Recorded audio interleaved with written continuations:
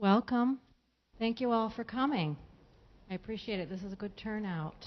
My name is Carol Reichart. I'm a reference and instruction librarian here in the library. And we're here to welcome Mark Eves Regis.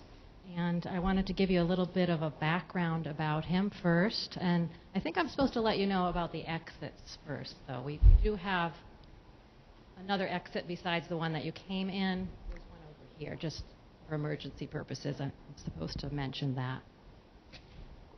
So a little bit about our speaker. He's a photojournalist, author, and poet. And he's an author of 5 books, and I'm going to read them off to you. And I want you to know that after his talk, there are 2 books that will be available for signing in the back of the room, or at any time. They're already ready for you there. But his books include Haiti Through My Eyes. It's a selection of poetry about Haiti. Deadly Road to Democracy, a first-person account of Haiti's violent struggle for democracy. Two Good Feet, a photographic documentary of physically challenged Haitian children. Haiti After the Shock is another book, a selection of poems and stories about the earthquake in Haiti. And his most recent 2013 book called Headstrong Children, Carrying Haiti's Economic Burdens. And I do want you to know we have a lovely exhibit in the library in our 2 glass exhibit cases by the reference desk, so I hope you get a chance to look at that, some of Mr. Regis's work in large scale in those exhibit cases. He's also worked for several newspapers, the Los Angeles Times, Miami Herald, and also the Hartford Courant, and probably others as well, but those are the 3 that I have here. And so let's give him a warm welcome, Mark Eves Regis.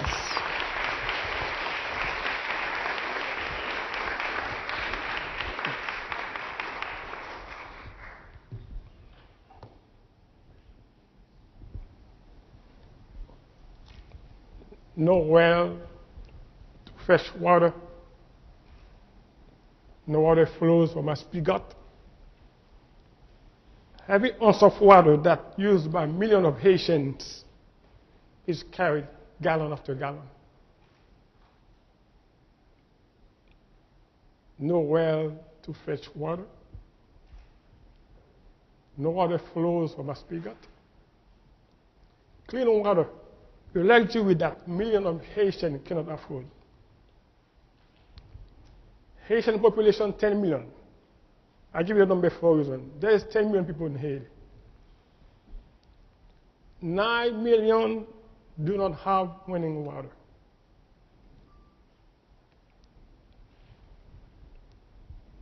Nine million of 10 million use only 4 gallons of water a day.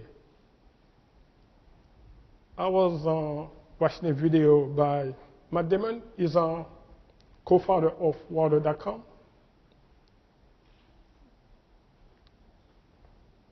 His friend challenged him for the airless water, ice bucket water.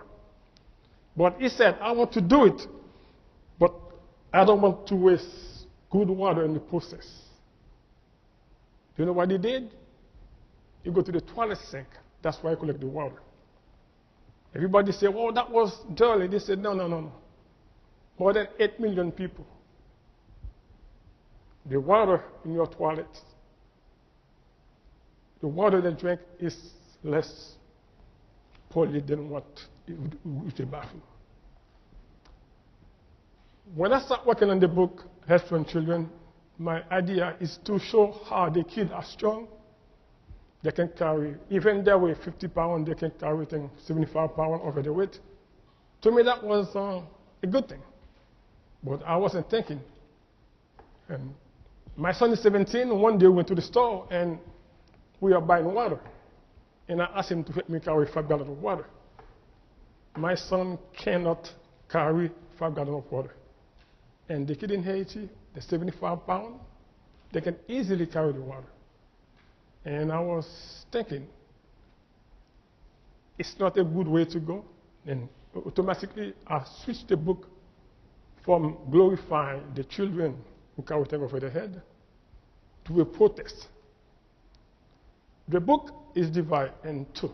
The first part of the book is water, because water in Haiti is very scarce. And the second part is about food. Most people in Haiti eat once a day. And when you have a child, you have to go carry water every single day. Every day, sometimes 4, 5 times, because they have no big place to carry the water.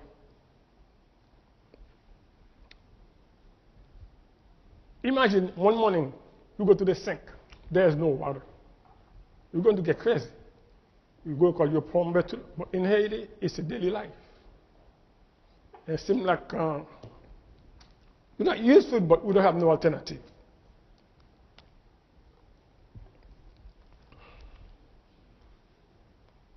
No well to fetch water. No water flow from a spigot. Water that's so scarce sometimes, you feel like we are squeezing it from stones. Can you believe that? The water is so hard to find. And sometimes the people drink any kind of water they can find, even if it's clean or not, because they don't have no choice. No well to fetch water. The water flow from a spigot. We walk awkwardly with our containers like a donkey, saddled by oppression.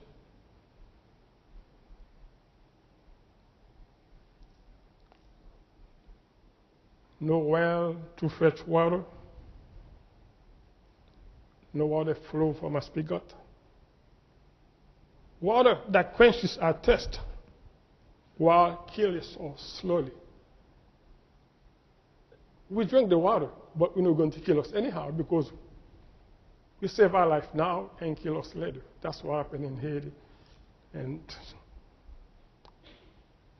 no well to fresh water. No water flow from a spigot. We hike over the mountains, carry water that weigh down our lives.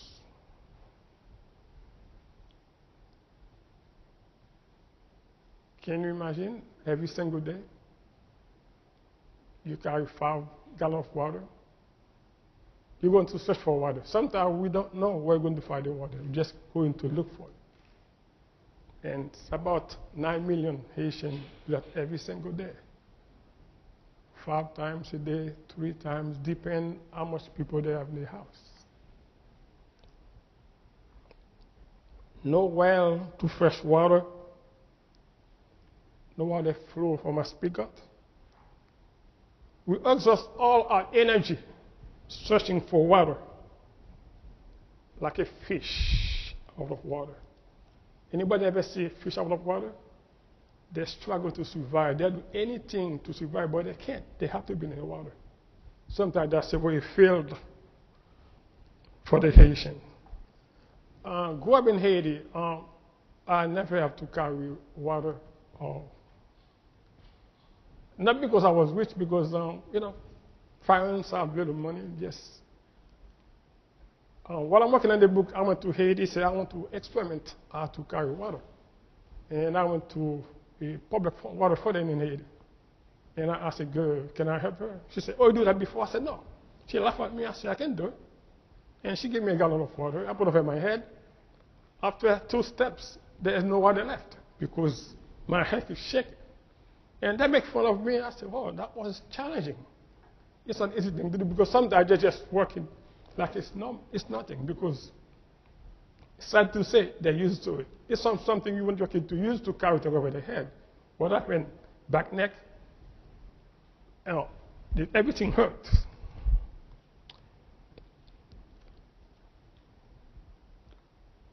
Working on the book, it took 5 years and 10 trips to Haiti. About 10,000 photographs. It's nothing. About 10,000 photographs. Basically, 1,000 photographs per trip, because what happened? After a while, you become very selective what I'm shooting. When a book starts, process book is that this is the book have women, men, and children on the book. Because in Haiti, everybody carries it over their head. Sometimes the mothers train their kid to go to the market. The same thing, if you have a business, you pass it to your kids. If somebody has some business selling thing, they train their kid to take over. I'm going to show some video about the book. And I'm not going to talk. I'll give you some time to just watch the video.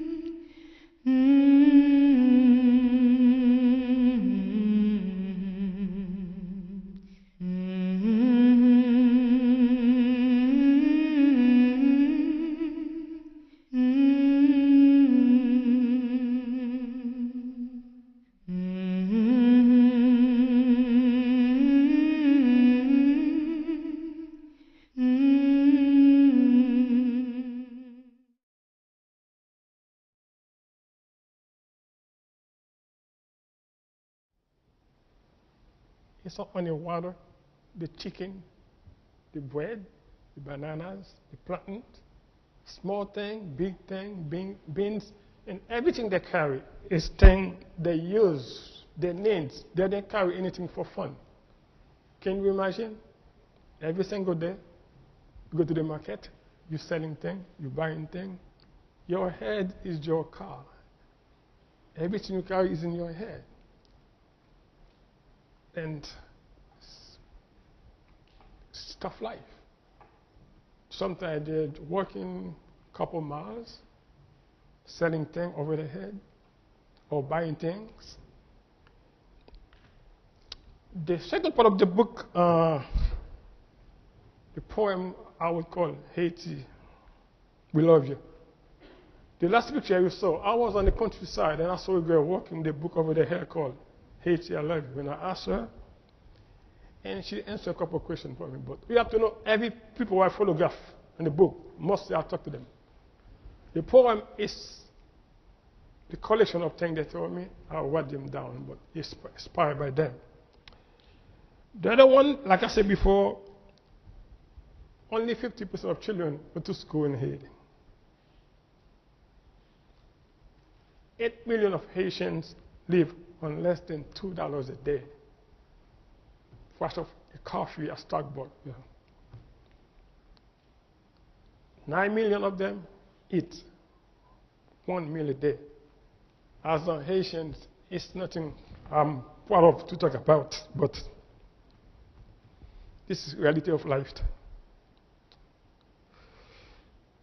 Haiti, we love you. Despite all, you are our country. The only place of the land that our dirty feet have touched. Haiti, we love you. Even though we follow our parents' footsteps to the hopeless future. Haiti, we love you. Despite collapsing under the weight of an overburdened basket. Haiti, we love you. Although our lives are twisting like the straw hats that we are selling on our head. Haiti, we love you. Even though we are trembling with other people's loads to earn a few cents. Can you imagine your head? That's how we make a living. You carry things for other people. Haiti, we love you. Despite going up in the shadow of misery,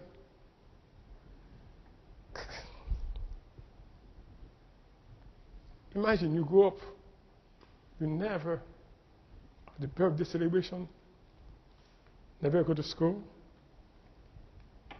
never have time to play because they're always selling things.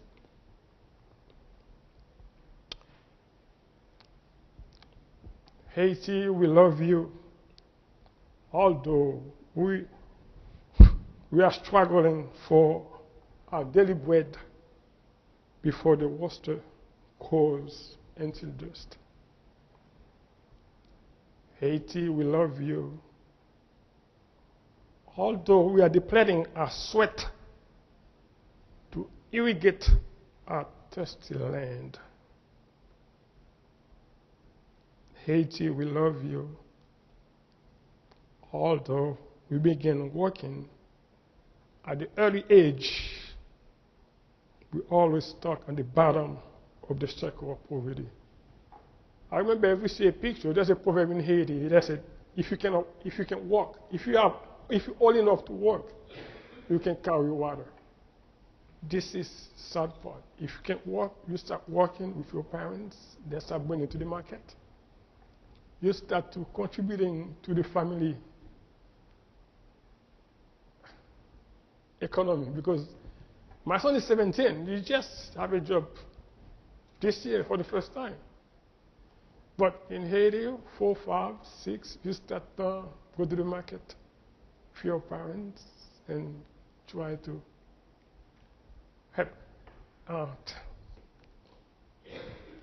Some people said, oh, this is a tradition. If a tradition, every Haitian should do it. To me, it's an economic reason. It's not a tradition. If you have money, you're not going to carry things over your head. You're not going to send your kid to sell things at the market. And can you imagine you go up, no vacations? You can't even go for an ice cream. And it's normal. When I was in theater, I thought I was rich because you got one house, 8 people on one room. But, you know, when some other people sleep outside, I thought I was rich. But when I went to Miami, that's what I figured out. I said, gosh, I was that poor because you start, when you don't have nothing to compare, you have no problem. But when you start comparing things, that's where you say, oh, I wasn't living, but I thought I was rich.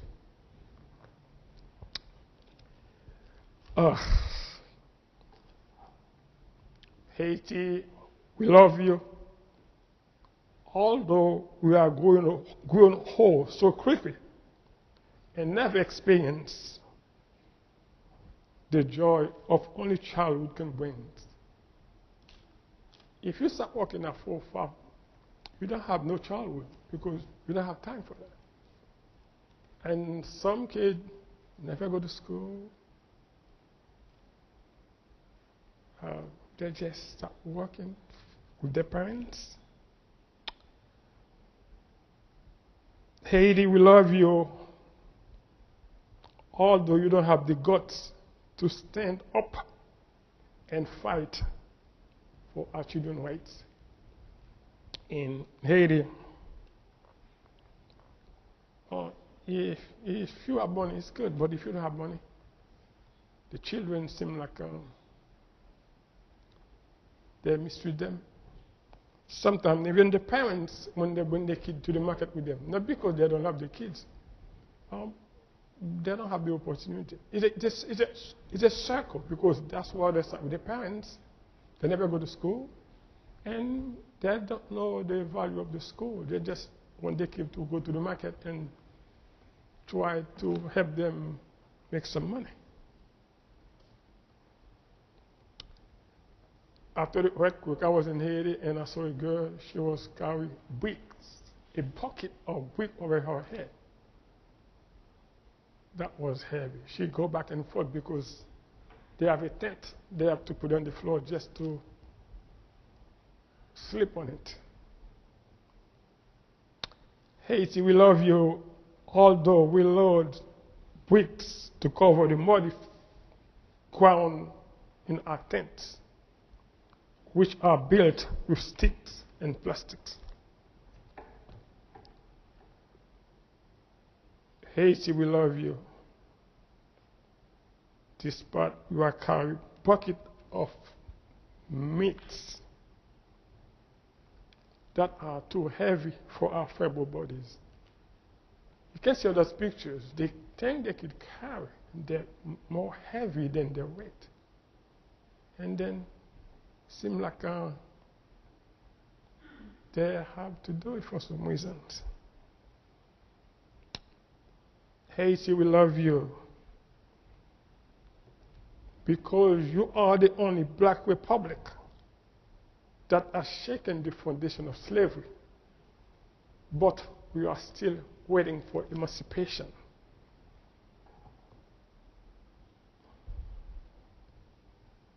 Can you imagine? First black people became independent and your children still waiting for emancipation because they cannot go to school. And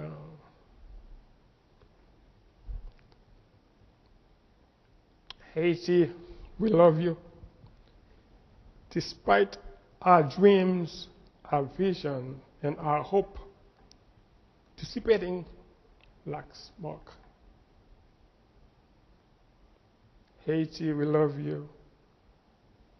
You are a country that helped other nations to stand up, but we are still calling. Haiti, we love you. Although we are selling dry fish on the streets to silence our bellies.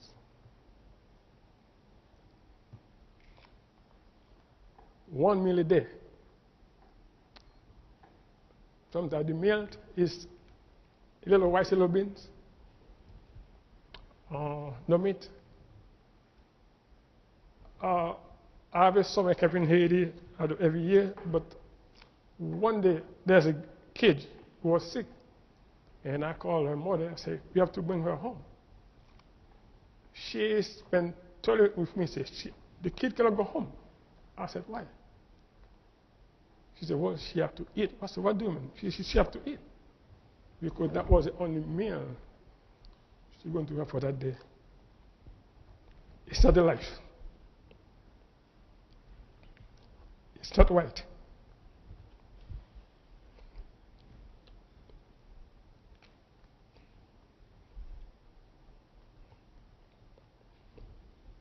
Haiti, we love you.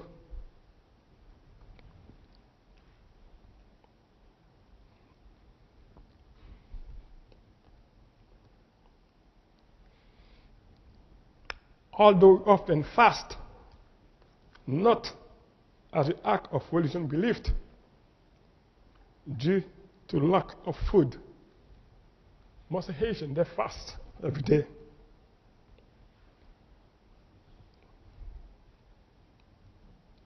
Not because they want to, but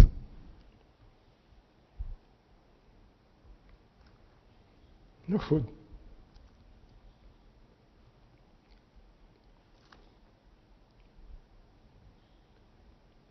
Haiti, we love you. Although many of us have never had the opportunity to sit in a classroom. Haiti, we love you. I'm going to take some questions, then after that we're going to show the other video.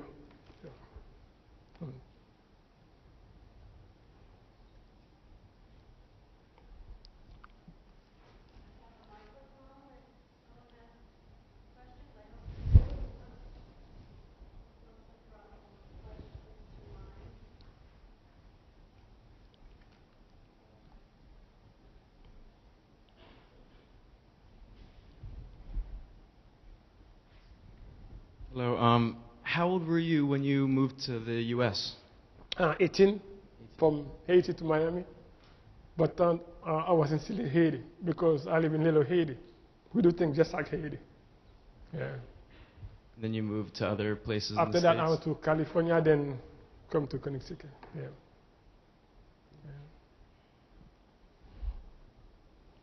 Now, you're also director of Camp Hispaniola. Yeah, Is that how? yes, grew up in Haiti. I never went to camp. When my son is born, they got to every camp, swimming camp, basketball camp, tennis camp. And I wonder what happened to children of Haiti. And that's why they can't start. Now, last year in Haiti, the camp's supposed to be 150 kids, 260 kids showed up. And I've cooked 500 pounds of rice for the week.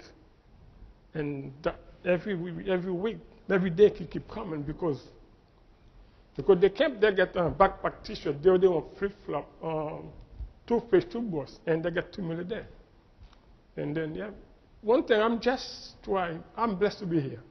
I'm just trying to create some successful story. Because there's so many bad news in Haiti, sometimes you have to create yours. That's what I'm doing. Yeah. Does the camp meet? Is it It's just once a year for a week. It's one camp, one in the Dominican Republic, one in Haiti. Because there's a lot of Haitians in the Dominican Republic too, about 1 million.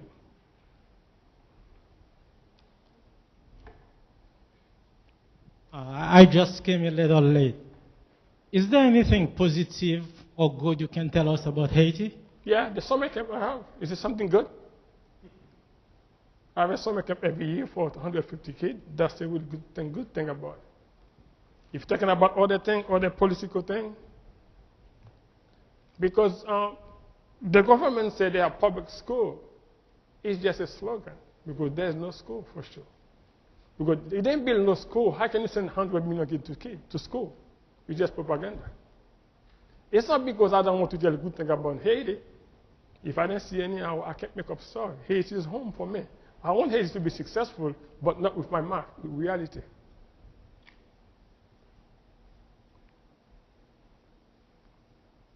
Other questions? I was curious, I'm thinking about those children carrying those heavy loads, and I was wondering, they're probably not supposed to eat what they're carrying on their heads, really, because it's going to a certain place. So what happens if I'd be tempted to take a little bit of that? Well, sometimes You're hungry. Sometimes they went to the market. They're selling things and buying things. They're bringing it home? They're bringing it home or go to the market. There are a lot of businesswomen or businessmen, that's what they're doing. They're selling things. Bringing it to the market. Yeah.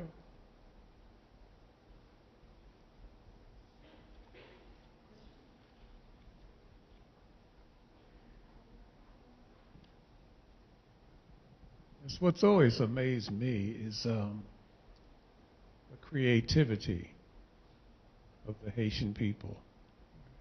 Looking at what I think is the poorest nation in the Western Hemisphere, and you look at the artwork, I mean, the people are living in abject poverty, many of them. Due to natural disasters and the rest. And even on this campus, we have Haitian art all over the place. And I'm truly astounded and stunned at the festive nature of some of the expressions that I see in the artwork which flows across this campus. What is it about the human spirit of the Haitian people that allows that, not allows them, but permits them to, I guess allows them to be able or enables them to be able to express themselves artistically in such a positive way, in a festive way, delightful way, and refreshing way. You look at some of the art, it's just incredibly uplifting. And then when you know the real human condition there, you wonder how in the world does an image like this emerge from hands that, you know, are living in abject poverty. That was a statement or a question? I'm sorry? That was a statement or a question? It's a question. I mean, what that's is a long it? question. I don't know. I don't know many people in the United States who are living in that kind of condition, who produce that kind of art. So it's something about the culture, maybe the people, maybe, I don't know what it is, but the art is I don't know how to produce. I mean, how do you stay that happy and joyous when you're living in such poverty?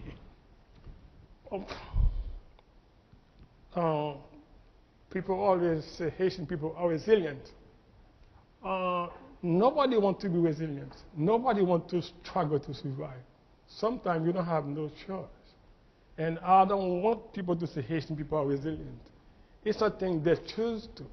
It's out of necessity. Resilient? Nobody wants to be resilient. Do you? No.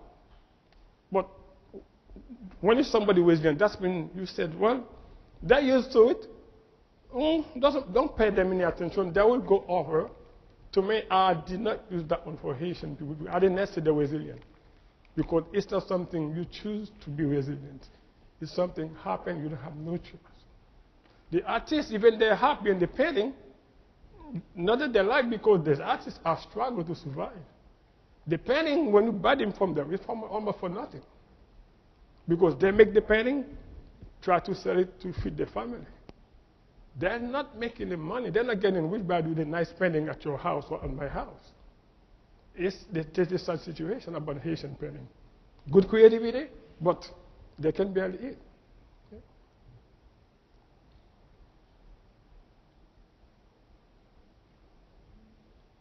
Questions?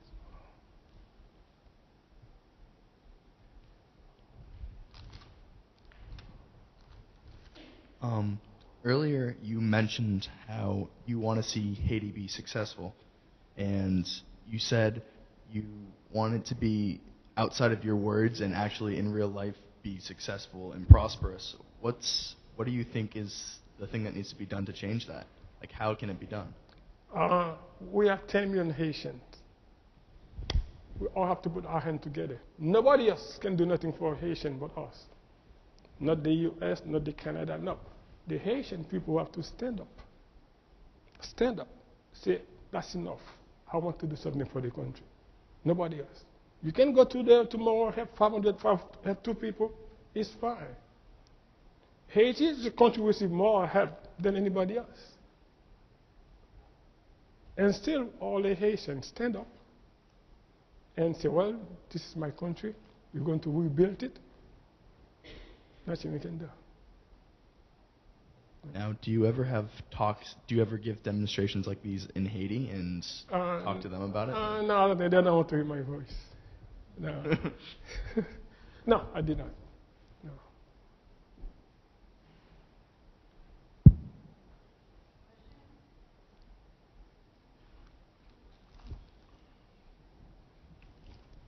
Hello?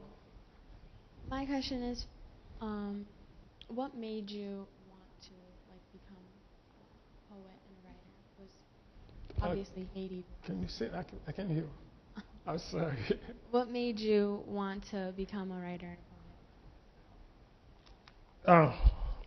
I thought what I'm saying was in Haiti, because in Haiti, so many things happen. You cannot talk, and you're writing on the paper. And when I went to Miami, and my first poetry book called Haiti to My Eyes, each subtitle book is like my biography in poetry. This thing happened to me, to my family. Yeah, that's what I started writing. And I have a lot of poems. I started writing in Creole, about more than 300 or 400 poems in Creole first. Then, when I came here, I do the English. The third book is in English, French, and Creole. And the next book's coming up pretty soon, maybe a year from now. We'll be in English and Spanish, because I got about the Haitian and the Dominican Republic. I always try to make the book different languages so everybody can be able to read it. Oh, after all, the marketing is bigger too by doing that too. Yeah. Writing, this is my hobby. That's why I do. Just always writing, always something. Any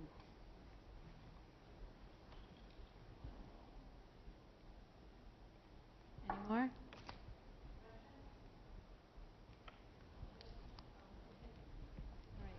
Thank you. I think that. Good, that's it.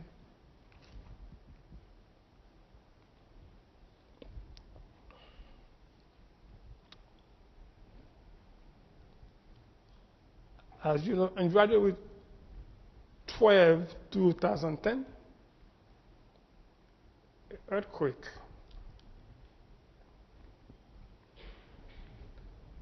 Destroyed Haiti, practically.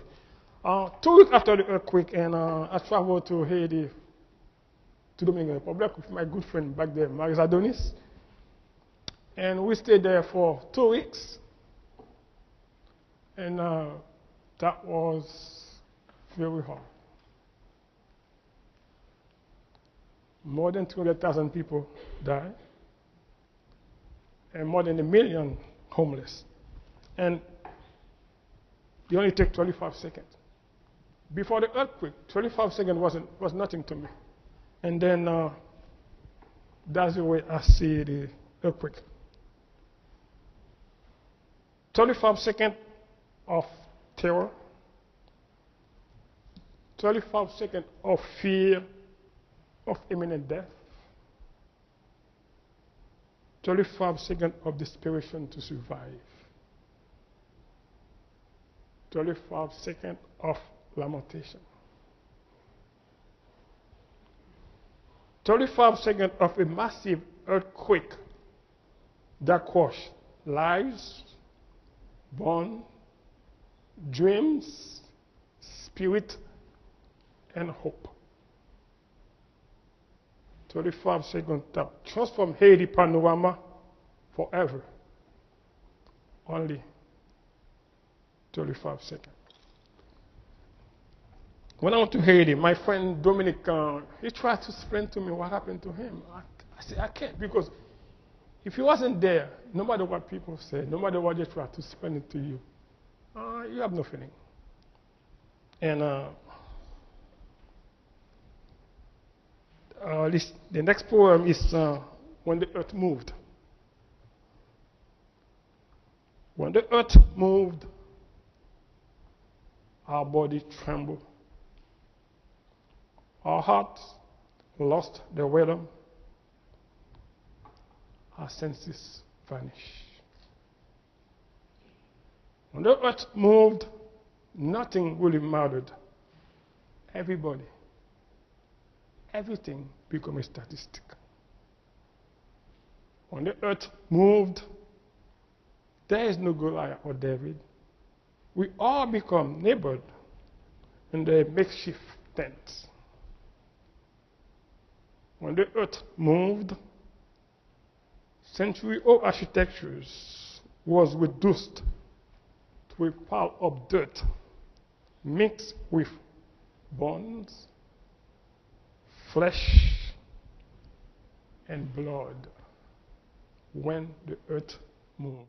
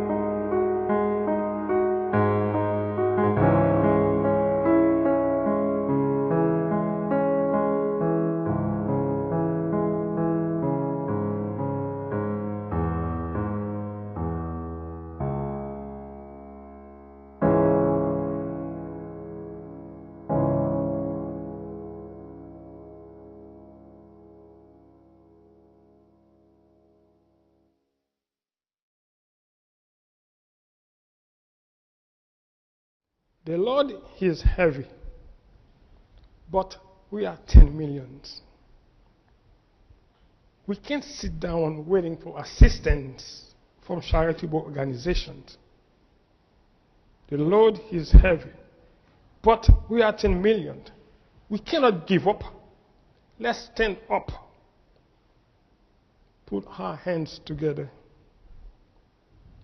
Haiti needs all our hands. Hands that educate. Hands that help farmers. Hands that reap what they sow. Hands that help others move forward. Hands that comfort. Hands that heal. Hands that make peace. Hands that rebuild homes. Hands that put Haiti first. Hands that abide by the law. Hands that lead with dignity. Hands that feed the children. Hands that save lives. Hands that give hope. Hands that are strong. Hands that are transparent. With a hand that will justice for all. This is what Haiti needs. If I'm willing to get a question, if you have any question for me.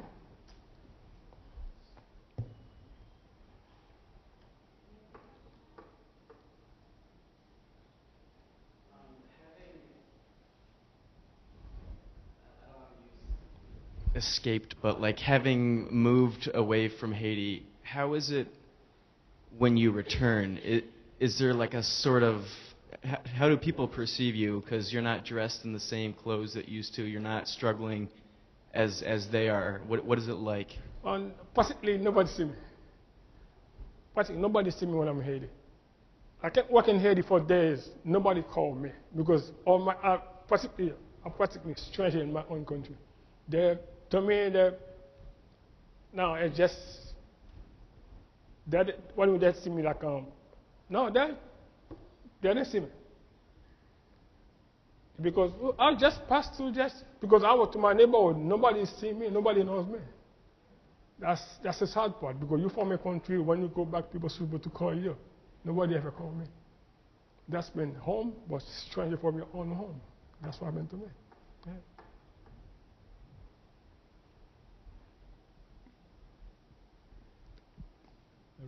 The relief, excuse me, a relief effort after the quake made the news for quite. You want to go there? I'd love to. Okay.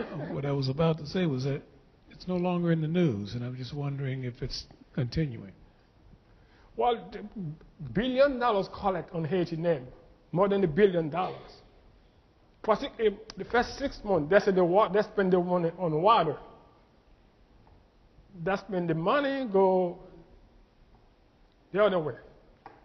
Still today, there's more than 7,500 people in the tent. Still today, 4 years later.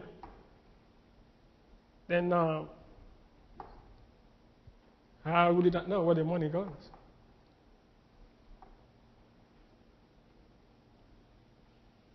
But we all believe after the earthquake, we all Haitian think Haitian, that's it. Haitian will move forward. We all say that's it. That was a blessing for Haitian to move forward. 4 years later, we thinking about our thinking. It's getting worse. Thank you. Let's give him a round of applause. Thanks.